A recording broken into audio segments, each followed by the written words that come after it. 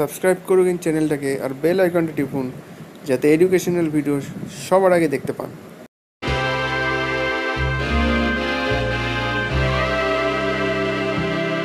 সবাইকে আবার স্বাগত আমার চ্যানেলে।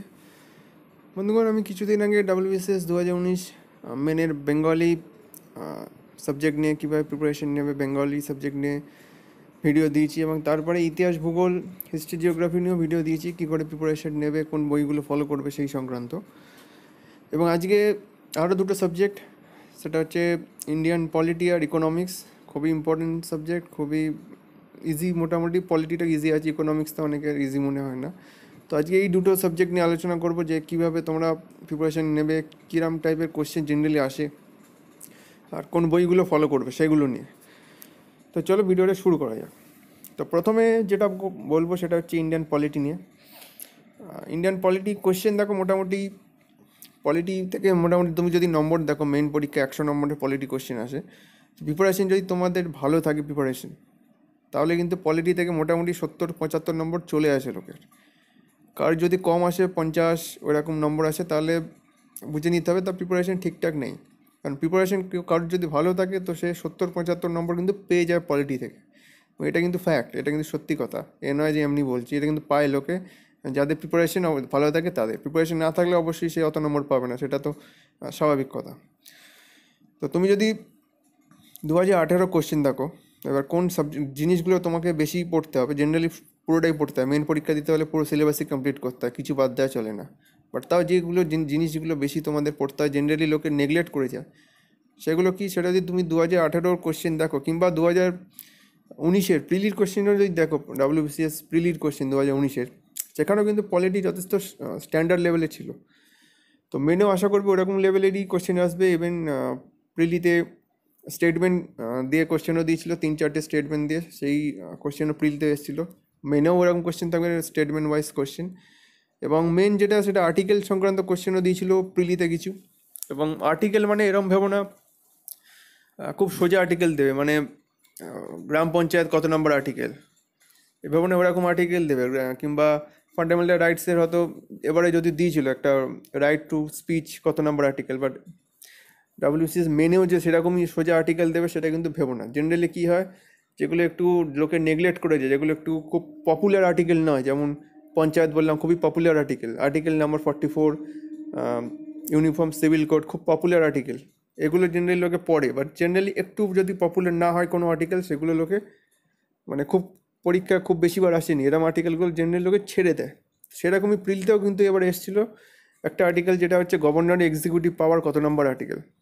অনেকেই হয়তো এই কোশ্চেনটা পড়েনি, এর কারণ হচ্ছে গভর্নরের আর্টিকেল কত সেটা অনেকেই জানে, বেশিরভাগ লোকই জানে গভর্নরের আর্টিকেল 153, কিন্তু এটা জানে না গভর্নরের এক্সিকিউটিভ পাওয়ার সেটা কত নম্বর আর্টিকেল। কারণ সেটা যেহেতু খুব বেশি পরীক্ষায় আসে না, সেহেতু লোকের মধ্যে একটা নেগলেক্ট করার বিষয় থাকে। তো সেই জন্য এরকম জিনিসগুলো, যেগুলো আর কি খুব কম পপুলার আর্টিকেল, সেগুলো কিন্তু পড়তে হবে মেনের ক্ষেত্রে। এক্সিকিউটিভ পাওয়ার ঠিক তার পরেরটাই হয়, সেটা প্রেসিডেন্টে হোক, প্রেসিডেন্ট 52, এক্সিকিউটিভ পাওয়ার কত 53, গভর্নরও সেম 153 গভর্নর, ও এক্সিকিউটিভ পাওয়ার হচ্ছে 154। তো এরম আর্টিকেলগুলো পড়তে হবে। আরেকটা কোশ্চেন ছিল তোমাদের, ইন্টারন্যাশনাল পিস অ্যান্ড সিকিউরিটি কার আন্ডারে আসছে। অপশন তোমার ছিল DPSP, fundamental rights, fundamental duties, এরম কিছু ছিল অপশন। সেটা অ্যান্সার কি DPSP। তবে এটা অনেকে গুলি ফেলেছে, অনেকে পারেনি, বাড়ি এসে হয়তো দেখেছে, পরে মাথায় হাত দিয়ে বসেছে। এর কারণ কি, কারণ অনেকেই জানে আর্টিকেল একটা রেঞ্জ থাকে, ফান্ডামেন্টাল রাইটসে আর্টিকেল রেঞ্জ এবং DPSP আর্টিকেল রেঞ্জ, সেটা অনেকেই পড়েছে। যেমন ফান্ডামেন্টাল রাইটসে 12 থেকে 35, সেটা সবাই প্রায় জানে, এবং DPSPর 36 থেকে 51 রেঞ্জ, সেটাও সবাই জানে। কিন্তু এটা জানে না যে ইন্টারন্যাশনাল পিস আর সিকিউরিটিটা হচ্ছে আর্টিকেল 51।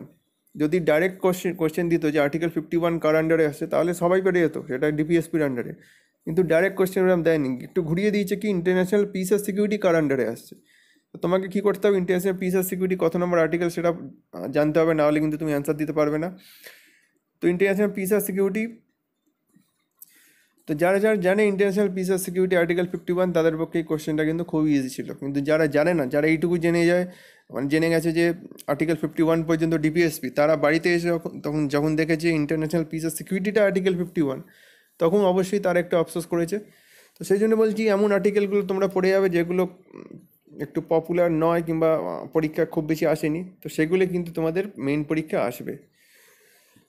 এবার প্রশ্ন হচ্ছে যে এগুলো পড়বে কোত্থেকে, কোন বই ফলো করবে। দেখো, ইতিহাস ভূগোলের ক্ষেত্রে 2 কি 3টে বই অনেক সময় লেগে যায়, কিন্তু পলিটির ক্ষেত্রে সেরকম কোনো ঝামেলা নেই, খরচাও কম হয়। কারণ পলিটির ক্ষেত্রে শুধুমাত্র একটা বই যথেষ্ট, সার্বজনীন বই, সব পরীক্ষার জন্য একটাই বই সবাই ফলো করে, সেটা হচ্ছে এম লক্ষ্মীকান্তের বই। ওই বইয়ের কোনো বিকল্প নেই। সে তুমি অন্য আর জানি না আর কোনো রাইটারের বই আছে কিনা, হয়তো আছে নিশ্চয়ই, বাট এম লক্ষ্মীকান্ত বইয়ের কোনো বিকল্প নেই। যদি ওই বইটা না থাকে, আই হোপ সবার কাছেই আছে, কারণ যদি না থাকে সেটা একটা ক্রাইম বলতে গেলে, কারণ ওই বইটা যদি না কেনো তাহলে পলিটি কী পড়ছো কেউ জানে না। তো ওই বইটা কেনা মাস্ট পলিটির ক্ষেত্রে স্পেশালি, সেটা যে কোনো পরীক্ষার ক্ষেত্রে, তুমি ইউপিএসসি দাও আর তুমি নর্মাল স্টেট পিএসসি যাও, তো ওই বইটা যদি খুঁটিয়ে ঠিকঠাক পড়ো, ওই বইটা থেকে কিন্তু অনেক কিছু আছে, এবং এই বইটা তুমি ঠিকঠাক যদি কভার করতে পারো তাহলে কিন্তু পলিটি থেকে, যেটা বললাম প্রথমে, 70+, 70 to 80, ইভেন ভাগ্য যদি ভালো থাকে 80 ওপরেও পেয়ে যাবে, বাট 70 থেকে 80-র মধ্যে তো আরামসে নম্বর পেয়ে যাবে যদি ওই বইটা খুব ভালো করে পড়ো। এবার 2018 তুমি যদি কোশ্চেন দেখো, আরেকটা ইম্পর্টেন্ট যে টপিক, যেটা আমি বলতে ভুলে গেলাম, সেটা হচ্ছে 2018-তে ওখান থেকে ওই টপিক থেকে 7টা কি 8টা কোশ্চেন তুমি পেয়ে যাবে আর কি। যদি কোশ্চেন দেখো, আমি দেখছিলাম সেদিন 7টা কি 8টা কোশ্চেন তো ওই টপিক থেকে এসছে। সেটা কি, সেটা হচ্ছে বিভিন্ন কেস রিলেটেড টপিক, মানে যে ইম্পর্টেন্ট কিছু কেস আছে আমাদের কনস্টিটিউশন যখন ডেডলক হয়ে গেছিলো, সেই রিলেটেড অনেক কেস আছে। তোমার 1951-এ যে কেস আছে, শঙ্করী প্রসাদের কেস, যেখানে ফার্স্ট অ্যামেন্ডমেন্ট হয়েছিল। তারপর তোমাদের গোলকনাথ কেস 1967, তারপর কেশবনন্দ ভারতী কেস, মিনার্ভা মিল কেস, তারপর 1981-এ একটা কেস হয়েছিল, নামটা ভুলে গেছি। তো এরকম অনেক কেস আছে, কিছু ইম্পর্টেন্ট কেস। তো সেই কেসগুলো অবশ্যই তোমাদের পড়ে যেতে হবে, কারণ কেস থেকে 7টা কি 8টা কোশ্চেন দিয়েছিল লাস্ট ইয়ার মেন পরীক্ষায়। বাট মেনলি কী দেয় এখান থেকে, মেনলি দেয় সুপ্রিম কোর্টের ভার্ডিক্ট কী ছিল, মানে কোন কেসে সুপ্রিম কোর্ট এই ভার্ডিক্ট দিয়েছে যে ফান্ডামেন্টাল রাইটস চেঞ্জ করা যাবে না, ফান্ডামেন্টাল রাইটস অ্যামেন্ড করা যাবে না, কিংবা কোন কেসে এরকম রায় দিয়েছে ডিপিএসপি ফান্ডামেন্টাল রাইটস, মানে ফান্ডামেন্টাল রাইটসের থেকে ডিপিএসপিকে বেশি অগ্রাধিকারী দেওয়া হয়েছে, কিংবা কোন কোন কেসে এরকম বলা হয়েছে যে ফান্ডামেন্টাল রাইটস আর ডিপিএসপি একে অপরের পরিপূরক। এরকম যে ভার্ডিক্টগুলো সুপ্রিম কোর্ট দিয়েছে প্রতিটা কেসে, যে ইম্পর্টেন্ট কেসগুলো আছে সেগুলো তোমাকে পড়ে যেতে হবে, কারণ ওখান থেকে আগের বছর 7টা থেকে 8টা কোশ্চেন দিয়েছে। তো এবছর আশা করতে পারো মিনিমাম 5টা তো দেবে, তার বেশি হবে তো কম হবে না। তো ইম্পর্টেন্ট যে কেসগুলো অবশ্যই সেগুলো পড়ে যাবে, তার সাথে আর্টিকেল তো পড়বে। এছাড়া আরও অনেক জিনিস তো আছে পলিটিক্সের, তোমরা কোশ্চেন দেখলে বুঝতে পারবে। আর বই তো বলে দিলাম তোমাদের, এম লক্ষ্মীকান্ত, এই বইটা ছাড়া আর কোনো বিকল্প নেই। আর জেনারেলি এর সাথে এমসিকিউ অবশ্যই সলভ করতে হবে, কারণ অনেক কোশ্চেন আছে যেগুলো হয়তো এমসিকিউ সলভের মাধ্যমে লোকে মানে জানতে পারে। এমন আনকমন কোশ্চেন কিছু কিছু দিয়ে দেয় উল্টোপাল্টা টপিক থেকে, এমন কোশ্চেন, তো সেগুলো এমসিকিউ সলভ করে বাকিটা তোমাদের কভার হয়ে যাবে।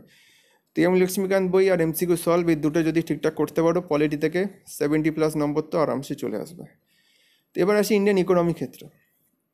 পলিটি সাবজেক্টটা দেখো খুবই, আমার তো নিজের খুব সোজা লাগে, পলিটি খুব পড়তে ভালো লাগে, বাট ইকোনমিক্স ঠিক ততটাই শক্ত লাগে, পড়তে ভালো লাগে না। এটা নিশ্চয়ই অনেকের সাথে এরকম হয়, কারণ মেন কারণ কেউই ইকোনমিক্স নয়, মানে ইকোনমিক্স নিয়ে কেউ পড়াশোনা করেনি, মেন কারণ ওইটাই। আর ইকোনমিক্স নেগলেক্ট করতে চলবে না অবশ্যই, এটাও 100 নম্বর আছে, পলিটি 100 যেমন ইকোনমিক্সে 100 নম্বর, তো নেগলেক্ট করতে চলবে না। প্রিলির ক্ষেত্রে হয়তো নেগলেক্ট করতেও পারে, কারণ পলিটি ইকোনমিক্স দুটো মিলিয়ে 25 থাকে, তো একটা পার্ট পড়ে গেলে একটা পড়লে না, তাও প্রিলিতে বাকি সাবজেক্টগুলো আছে ওখান থেকে তোমার প্রিলি ক্লিয়ার হয়ে যাবে। বাট মেনের ক্ষেত্রে নেগলেক্ট করা কোনোভাবেই সম্ভব নয়, 100 নম্বর পড়ে যেতেই হবে অবশ্যই, কারণ ওখান থেকে মিনিমাম 50 তো তুলতে হবে, 40 থেকে 50 নম্বর যদি অ্যাভারেজ প্রিপারেশন থাকে। এ নয় যে প্রিপারেশন ভালো থাকলেও 40 থেকে 50 নম্বরই পায়। যেমন সায়েন্স আর টেকনোলজি তুমি পেপারটা নিয়ে নাও, সেটা সম্বন্ধে পরে আমি ভিডিও বানাবো। বাট ওই পেপারে কী হয়, ওই পেপারে যদি প্রিপারেশন তোমার ভালো থাকে তাহলেও তুমি ম্যাক্সিমাম হয়তো খুব বেশি হলে 100 পাও, ওর বেশি নম্বর তাহলে খুব চাপের হয়ে যায় কারোর পক্ষে, কারণ কোশ্চেনই এমন আসে যে এখান থেকে নম্বর তোকে তুলতেই পারে না, সায়েন্স টেকনোলজি পেপারটা আছে। বাট এক্ষেত্রে এরকম হয়নি, ইকোনমিক্স পলিটির ক্ষেত্রে যেটা বললাম, নম্বর যদি প্রিপারেশন ভালো থাকে নম্বর উঠে যায়, এবং ইকোনমিক্সের ক্ষেত্রেও কিন্তু সেম, যদি প্রিপারেশন খুব ভালো থাকে, যার ইকোনমিক্সে খুব ভালো, তারা কিন্তু নম্বর আরামসে 60, 65, 70 অবধি পেয়ে যেতে পারে। না হলে অ্যাটলিস্ট তোমাকে 40-50 তো পেতে হবে, অ্যাটলিস্ট এইটুকু নম্বর তো তুলতে হবে যদি WBCS গ্রুপ এ কিংবা গ্রুপ সি অবধি যদি যেতে চাও। গ্রুপ এ পেতে গেলে তো আরও একটু বেশি পেতে হবে। যাই হোক, তো ইন্ডিয়ান ইকোনমিক্সে তুমি কোন জিনিসগুলো পড়বে সেগুলো একটু বলে দিই তোমাদের, বইয়ের কথা পরে বলছি তোমাকে। যেই জিনিসগুলো তোমরা ইকোনমিক্সে পড়বে জেনারেলি, সেটা হচ্ছে, দেখো ইকোনমিক্স বেশিরভাগ পার্টটাই আছে ব্যাঙ্কিং পার্ট। ব্যাঙ্কিং পার্ট মানেই হচ্ছে আরবিআইয়ের কী রোল ব্যাঙ্কিং সেক্টরে, আরবিআইয়ের ইনফ্লেশন যে ডিফ্লেশন হয় তার কন্ট্রোলের জন্য আরবিআই কী কী টুল ইউজ করে, কোয়ান্টিটেটিভ টুল, কোয়ালিটেটিভ টুল, সেগুলো ডিটেলসে কোনটা কোয়ালিটেটিভ, কোনটা কোয়ান্টিটেটিভ, কোনটা ডাইরেক্ট, কোনটা ইনডাইরেক্ট টুল, সেগুলোর ভ্যালু হয়, সিআরআর, এসএলআর, যেগুলো ভ্যালু আছে সেগুলো চেঞ্জ হয়। তো সেই ভ্যালুগুলো না পরীক্ষার আগের দিন দেখে চলে যাবে, এখন পড়ার দরকার নেই, পরে চেঞ্জ হয়ে গেলে তখন মনে রাখতে হবে। এরপর তোমার ক্যাপিটাল মার্কেট, মানি মার্কেট যেগুলো আছে, তারপর ব্যাংকের ন্যাশনালাইজেশন, ব্যাংকের কিছুটা হিস্ট্রি আর কি, অর্গানাইজেশন একটু পুরনো জিনিস, একটু হিস্ট্রি ব্যাংকিং সেক্টরে, তো সেই জিনিস, বাট বেশিরভাগ পার্টটাই ব্যাংকিং সেক্টরই আছে ইকোনমিক্সে, আরবিআই ব্যাংকিং সেক্টর রিলেটেড। বাকিটা যেটা সেটা হচ্ছে তোমাদের বিভিন্ন প্ল্যান, 5th ইয়ার প্ল্যান যেগুলো হয়েছে, প্রথম থেকে 12 অবধি হয়েছে, সেখান থেকে যে ইম্পর্টেন্ট জিনিসগুলো আছে 5th ইয়ার প্ল্যানে, কোন 5th ইয়ার প্ল্যানে আর কি এগ্রিকালচারকে বেশি গুরুত্ব দেওয়া হয়েছে, কোনটাকে ইন্ডাস্ট্রি তৈরিতে বেশি গুরুত্ব দেওয়া হয়েছে, এরকম যে ইম্পর্টেন্ট জিনিসগুলো প্রতিটা 5th ইয়ার প্ল্যানে নেওয়া হয়েছে সেগুলো। এছাড়া 5th ইয়ার প্ল্যানে আরেকটা যে কোশ্চেন দেয় সেটা হচ্ছে তোমাদের গ্রোথ রেট, মানে এখান থেকে দিয়ে দেয় প্রতিটা প্ল্যানে, 5th ইয়ার প্ল্যানে একটা করে প্রজেকশন থাকে যে এই গ্রোথ আমাদের অ্যাচিভ করতে হবে, অনেক সময় সেটা অ্যাচিভ হয়, আবার অনেক প্ল্যানে সেগুলো অ্যাচিভ হয়নি। তো কোশ্চেন এখানে দিয়ে দেবে 4টে অপশন দিয়ে দেবে, মানে 4টে প্ল্যান দিয়ে দেবে তোমাদের। তো 4টে প্ল্যানের মধ্যে বলবে যে এর মধ্যে কোন কোন বছরে টার্গেট অ্যাচিভ হয়েছে কিংবা কোন কোন বছরে টার্গেট অ্যাচিভ হয়নি। তো তোমাদের টার্গেট কতটা ছিল আর কোন কোন কোন ইয়ারগুলো অ্যাচিভ হয়নি কিংবা হয়েছে সেগুলো পড়তে হবে। যেমন ফার্স্ট 5th ইয়ার প্ল্যানে টার্গেট অ্যাচিভ হয়েছে, এরপর 2, 3, 4 যদি দেখো তাহলে কিন্তু সেগুলো টার্গেট অ্যাচিভ হয়নি। এরপর 5, 6, 7, 8 আবার টার্গেট অ্যাচিভ হয়েছে। এরপর 9, 10, 11, 12 আপাতত 4 বছর লাস্ট টার্গেট অ্যাচিভ হয়নি, টার্গেট যতটা ছিল তার থেকে কম অ্যাচিভ করেছে। তো এরকম কোশ্চেন দিয়ে দেবে, যেমন বললাম যে কোনটা অ্যাচিভ হয়নি, কোনটা অ্যাচিভ হয়েছে। এছাড়া খুব কমন একটা খুব পপুলার কোশ্চেন যেটা 5th ইয়ার প্ল্যানে, ফার্স্ট 5th ইয়ার প্ল্যান যেন হ্যারল্ড ডোমার তত্ত্ব নির্ভর, সেকেন্ড 5th ইয়ার প্ল্যান হচ্ছে মহলানবিস তত্ত্ব নির্ভর। এই কোশ্চেনটা খুব দেয়, মানে এই দুটোই আর কি, কোন 5th ইয়ার প্ল্যানটা হ্যারল্ড ডোমার তত্ত্ব নির্ভর আর কোন 5th ইয়ার প্ল্যানটা হচ্ছে তোমার মহলানবিস তত্ত্ব নির্ভর। তো এটা একটু দেখে নেবে। আচ্ছা, এরপর যেটা আছে তোমাদের ইকোনমিক্সে, সেটা হচ্ছে পভার্টি আনএমপ্লয়মেন্ট, সেখানে একটা খুব ইম্পর্টেন্ট চ্যাপ্টার। এইচডিআর আছে, human development index, latest ranking, সেটা পরীক্ষার আগে দেখে নেবে, বা সেটা কবে স্টার্ট হয়েছে ফার্স্ট, সেখান থেকে কোশ্চেন দেয় অনেক সময়। আচ্ছা, এরপর যে ইম্পর্টেন্ট হবে সেটা হচ্ছে বিভিন্ন স্কিমস, সেন্ট্রালের বিভিন্ন যোজনা, নতুন পুরনো যোজনাগুলো পড়বে, না পুরনোগুলো বাদ দেবে, নতুনগুলোই পড়বে। পুরনোগুলো তোমাকে পড়তে হবে, নতুন তো অবশ্যই পড়বে। লেটেস্ট যদি কিছু যোজনা বেরোয় সেগুলো, প্লাস পুরনোগুলো যোজনা পড়বে। সেই যোজনার কী হয় যোজনা থেকে জেনারেলি স্টেটমেন্ট ওয়াইজ কোশ্চেন অনেক সময় দিয়ে দেয়, মানে কোন সালে যোজনাটা স্টার্ট হয়েছে। যখনই কোনো যোজনা সেন্ট্রালের আসে আর কি, সেই সময় কী হয় যে ফান্ডটা যে আসে, যোজনার যে ফান্ডটা আসে সেটা সেন্ট্রাল আর স্টেট শেয়ার করে নেয়, 80:20 কিংবা 75:25 কিংবা অনেক সময় 50-50 এরকম ফান্ড শেয়ার করে নেয়। তো এটা কিন্তু অনেক সময় স্টেটমেন্টে দিয়ে দেয় যে রং স্টেটমেন্ট, 4টে স্টেটমেন্ট দেবে, এর মধ্যে কোনটা রং কিংবা কোনটা কারেক্ট বার করতে বলবে। সেখানে এই কিন্তু একটা স্টেটমেন্ট পেয়ে যাবে তোমরা যে এই যোজনার সেন্ট্রাল আর স্টেটের শেয়ার 50:50, তো সেটা ঠিক না ভুল সেটা তোমাকে জানতে হলে কিন্তু ওই ডিটেলসটা পড়তে হবে, সেই যোজনার ডিটেলসটা পুরোটা কোন সালে হয়েছে, শেয়ার কত সেন্ট্রাল আর স্টেটের, সেই যোজনাটা অবশ্যই কী জন্য নিয়ে আসা হয়েছে সেটা তো অবশ্যই পড়বে। আচ্ছা, এরপরে যেটা আছে সেটা হচ্ছে যোজনার পর সেটা। আচ্ছা, এরপরে প্রশ্ন হচ্ছে এই জিনিসগুলো তোমরা পড়বে কোত্থেকে, কোন বই ফলো করবে, কোন বই। ইকোনমিক্সের ক্ষেত্রে জেনারেলি মোটামুটি তোমাদের সিলেবাসটা কভার করে দেবে এবং নম্বর মোটামুটি তোমরা পেয়ে যাবে। দেখো, যাদের ইকোনমিক্সে অবশ্যই বইটার নাম অনেকে শুনেছো, রমেশ সিংয়ের বই, অনেকেই হয়তো শুনেছো এবং অনেকে হয়তো কিনেও নিয়েছো। বাট জেনারেলি কী হয়, ইকোনমিক্সে যাদের বেসিক জিনিসটা একটু ক্লিয়ার আছে তারা রমেশ সিং কেন, কোনো অসুবিধা নেই, কারণ সেখান থেকে পড়তে অসুবিধা হবে না। কারণ Ramesh Singh generally UPSC syllabus অনুযায়ী লেখা, অনেক চ্যাপ্টার আছে ওখানে, অত হয়তো ডাব্লিউবিসিএস লাগেও না। তো সেখান থেকে অবশ্যই চ্যাপ্টার বেছে বেছে পড়তে হবে সিলেবাস অনুযায়ী, কারণ অত চ্যাপ্টার বেকার পড়তে লাগে না। ঠিক যেমন ভূগোলে মাজিদ হোসেন আছে, মাজিদ হোসেন যদি কারোর থাকে বই, সেখানে দেখবে অনেক ডিটেলসে লেখা আছে, অত ডিটেলসে ডাব্লিউবিসিএসে কোশ্চেন আসে না। ইউপিএসসির জন্য কিন্তু ওগুলো আইডিয়াল বই, তো ওইগুলো ইউপিএসসির জন্যই লেখা হয়েছে জেনারেলি। যেমন ইউপিএসসি যেমন কোশ্চেন আসে ডিটেলসে, স্টেটমেন্ট ওয়াইজ কোশ্চেন আসে। ডাব্লিউবিসিএসে জেনারেলি স্টেটমেন্ট ওয়াইজ কোশ্চেন তো আসে, বাট সেগুলো খুব বেশি আসে না, ডাইরেক্ট কোশ্চেন বেশি দেয়। তো সেক্ষেত্রে ওই বইগুলো একটু বেশি আর কি সময় নিয়ে নেয়, বেশি লাগেও না আর কি পড়ার জন্য। তো সেই জন্য রমেশ সিং যদি কিনে থাকো তাহলে অবশ্যই সেটা পড়তে হবে। বাট জেনারেলি যারা ইকোনমিক্সে খুব বেশি ভালো নয়, স্টার্টিং হয়তো শুরু করছো, অত নলেজ নেই, তাদের ক্ষেত্রে বলবো শঙ্কর গণেশের বইটা কেন। ইকোনমিক্সে ইন্ডিয়ান ইকোনমি কি কনসেপ্টস বইটার নাম, পিঙ্ক কালারের বইটা। শঙ্কর গণেশের একটু পাতলা বই, বাট যে ল্যাঙ্গুয়েজে লেখা আছে সেটা খুব ইজি ল্যাঙ্গুয়েজে লেখা আছে, পড়তে তোমাদের সুবিধা হবে। তো ইনিশিয়ালি শঙ্কর গণেশের বইটা অবশ্যই কিনবে, কারণ ওখান থেকে তোমাদের পড়তে সুবিধা হবে। এছাড়া যদি তোমাদের কোনো জেনারেল স্টাডিজের বই থাকে, যেমন আমার কাছে যে জেনারেল স্টাডিজের বইটা আছে এটা খুবই ভালো, রাকেশ দ্বিবেদীর বইটা, ম্যাকগ্রো হিল এডুকেশনে রাকেশ দ্বিবেদী জেনারেল স্টাডিজের, ওখানেও কিন্তু ইকোনমিক্স পার্টটা খুব ভালো আছে। তো শঙ্কর গণেশ আর রাকেশ দ্বিবেদী থেকে ইকোনমিক্সটা আপাতত পড়া শুরু করো। এরপর তো তোমরা এমসিকিউ অবশ্যই সলভ করবে, এমসিকিউ সলভ করলে তোমাদের যে একটু দুর্বল যদি থাকে কিছু জায়গায়, তো সেগুলো সলভ হয়ে যাবে। রমেশ সিংয়ের বই আপাতত এখন কেন না, আপাতত স্টার্টিংয়ে এই বই দুটো পড়ে না, পড়ে যদি একটু কনসেপ্টে যখন বিল্ড আপ হয়ে যাবে তখন রমেশ সিং কিনতে পারো। রমেশ সিং কিনতে তখন কিন্তু বুঝতে পারবে, তখন রমেশ সিং থেকে বাকি চ্যাপ্টারগুলো কিংবা ওই চ্যাপ্টারগুলো একটু ডিটেলসে হয়তো পেয়ে যাবে, আর একটু ভালো প্রিপারেশন হয়ে যাবে। স্টার্টিংয়েই যদি রমেশ সিং কিনে পড়তে শুরু করো তাহলে কিন্তু একটু প্রবলেম হতে পারে। তো সেই জন্য স্টার্টিংয়ে শঙ্কর গণেশ কিনে নাও, শঙ্কর গণেশ থেকে পড়া স্টার্ট করে দাও। তো এটা ছিল ইকোনমিক্সের আর ইন্ডিয়ান পলিটির কিছু কিছু সাজেশন, যে কী করে পড়বে, জেনারেলি কী কী কোশ্চেন আছে। যেটা বললাম, প্রিপারেশন যদি ভালো থাকে অবশ্যই এখান থেকে ভালো স্কোর করা যায়, নয় যে এখান থেকে স্কোর ওঠে না।